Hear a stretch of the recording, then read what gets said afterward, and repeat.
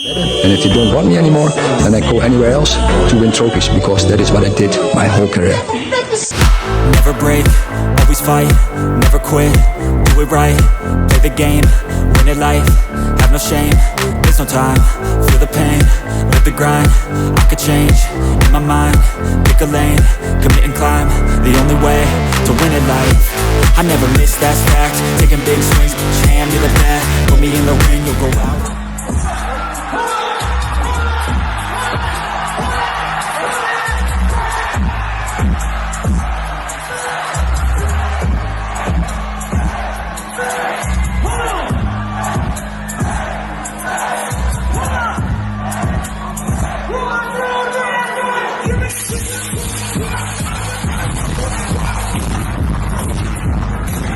Well, the big breaking news is out. Erik Ten Hag stays at Manchester United. Erik Ten Hag is going to continue his role as coach of Manchester United, and it brings to an end weeks of speculation as to who becomes the coach of Manchester United. Erik Ten Hag's future was under huge threat given the kind of season United had last season, and as a result of that, INEOS had to go through a lot of processes to be sure if Erik Ten Hag will be the right guy to take the club forward or move the club to the next level, as they are going to take charge of their first full season as co-owners of the club. Well, I have got news. I've got a bit more detail as to what went on with regards to INEOS deciding to make Erik Ten Hag continue his role as coach of Manchester United next season. Now, I'll break it down for you. Don't worry. I've got everything here on United Today for you to break down the news of what happened and what is the implication for the coach, for the players, for everyone around the club.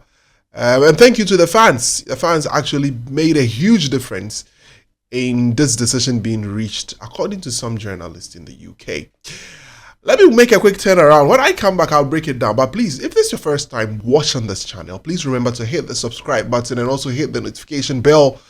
It's very, very important. Please hit the subscribe button. Help us grow this community together. It's very important. And remember to like the videos, and also drop your comments on what you think on everything that is shared here on this channel. Let me make a quick turnaround. When I come back, I break down everything with regards to Erik Ten Hag. And I've got news on Mason Greenwood as well. We'll be right back after this.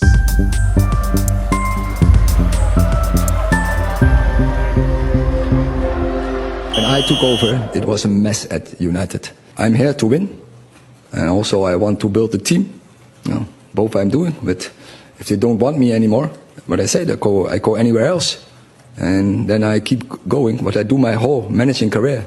Winning games, winning trophies. When you see the last decade, there were not so many finals for this club, there were not so many trophies for this club, there were not so many young talents coming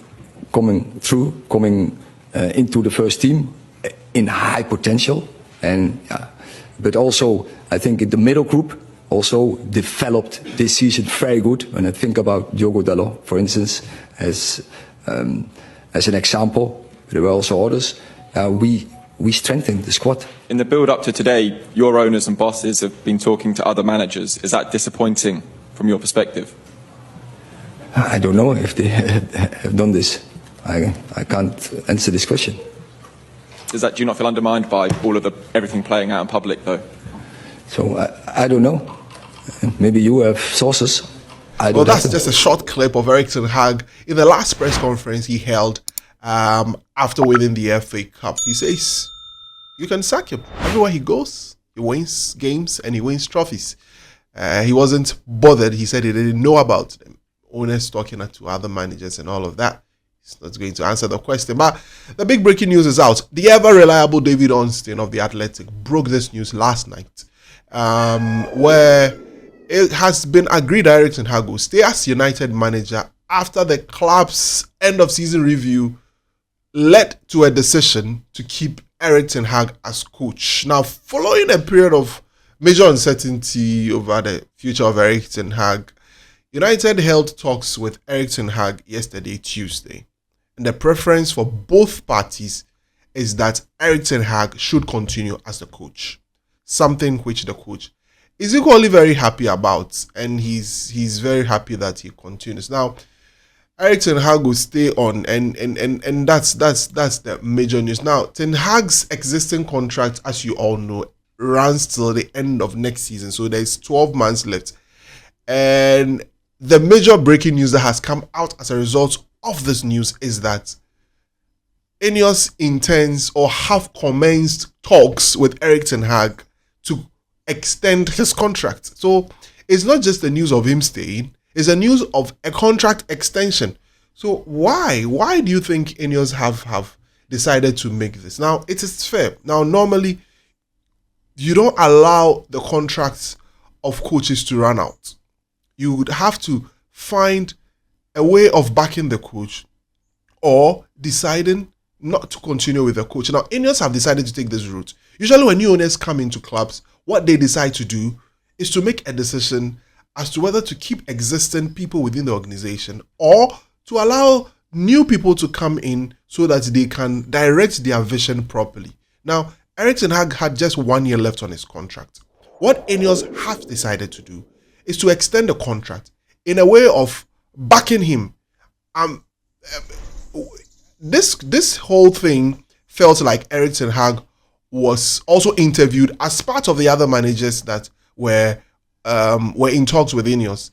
Now, Erik Ten Hag had a very poor season. Prior to that, he had a very good season. So we've seen the bad and the good side of the coach and what he can do when given the opportunity. Now, INEOS decided that this is an opportunity for us to back you after holding talks with Erik Ten Hag. Now, they've taken into consideration a lot of things. Now, they understand that the injury situation had a toll on the club. They have seen the good season Erik Ten Hag have had before. Beyond that, they believe the structure around Erik Ten Hag hasn't been good enough. And they see potential and where he can take the club. And as a result of that, concluded that, okay, amidst all the talks that we've had with other managers, including Erik Ten Hag himself, the best option for them is to continue the job that they are going to do with Erik Ten Hag. And that is why they have arrived at that decision. So there's going to be a contract extension for Erik Ten Hag. Now, Erik Ten Hag himself is known to be delighted at the outcome of the meeting. And although they have been suggesting that he was getting irritated at the time, I mean, that it had to take for United to reach this decision. Now, the club in itself did not believe that the 2 weeks that they took in undertaking this review was unreasonable. They felt that if they were going to make a decision about the future of a coach who they are going to back within the short, medium, and to the long term, they had to be very, very sure. That is why they had to carefully go through the process of evaluating all evidence before them, so that they could arrive at the decision that they have gotten to. They were not going to just sit anywhere and then just make a decision that, okay, we want the coach to stay or we want the coach to leave. They had to be very sure. They had to be very clear. They had to evaluate all the options available to them before they arrived at that decision. Now, it's according to Simon Stone of the BBC, he is saying that it is believed that the discussion that was had between Ten Hag and INEOS was very constructive, was extremely constructive, and all eventualities were considered, and Erik Ten Hag remained a clear favourite to continue, and a clear candidate to continue with the new project that INEOS is going to begin. For some people, they believe that this is going to be year one, a new year one for Erik Ten Hag.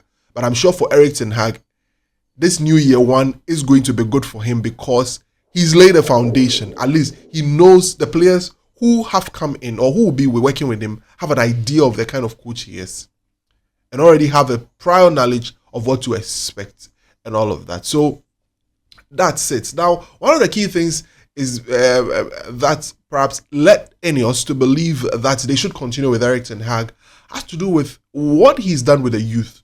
We've seen what he's done with Kobe Mainoo. We've seen what he's done with Alejandro Garnacho, given a lot of these. Ethan Whitley coming in the game against Sheffield United, also coming in later against Crystal Palace. Now, they believe that he has what it takes to bring the best out of the young players at Carrington. You don't always have to take money out to buy players. They've seen the kind of work that he's done with these young players, bringing out the best in them and making them first team players at the club. It's something that INEOS do not take for granted. And according to Fabrizio Romano, this is believed to be part of the reasons why INEOS believes that Erik Ten Hag is the guy to take United to the next level. Now, what are the implications? Now, Erik Ten Hag had a veto in transfers. Now, Peter Hall is of the view that now Erik Ten Hag is going to take a back seat on recruitment and is going to allow the recruitment team or the new structure that has been put in place to help him, make decisions or make major decisions on the players that will be coming in. It doesn't mean Erik Ten Hag wouldn't have a say. It doesn't mean he won't have a say. But that huge veto that he had on deciding who comes and who does not come is going to be reduced. So he's going to have a back seat on the kind of decisions that will be made. So that is where things stand with regards to Erik Ten Hag and Manchester United, and whether and the decision to make him continue as coach of the club. So wherever you stand, whether you are Ten Hag in or Ten Hag out, it's been clearly resolved. Erik Ten Hag is the coach.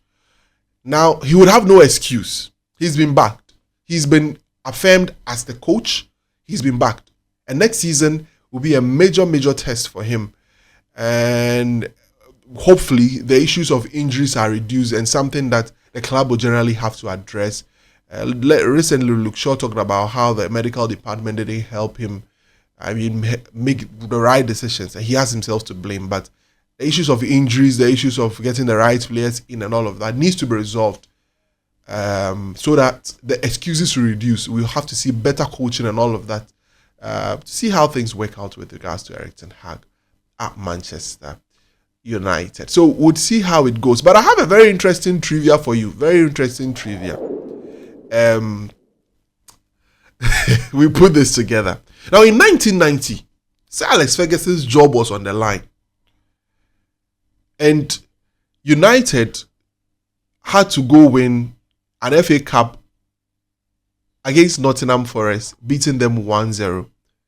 And that's in that game, United wore white. It was Mark Robbins that scored the goal. United went on to win the FA Cup, and Sir Alex Ferguson stayed and became a successful manager for Manchester United.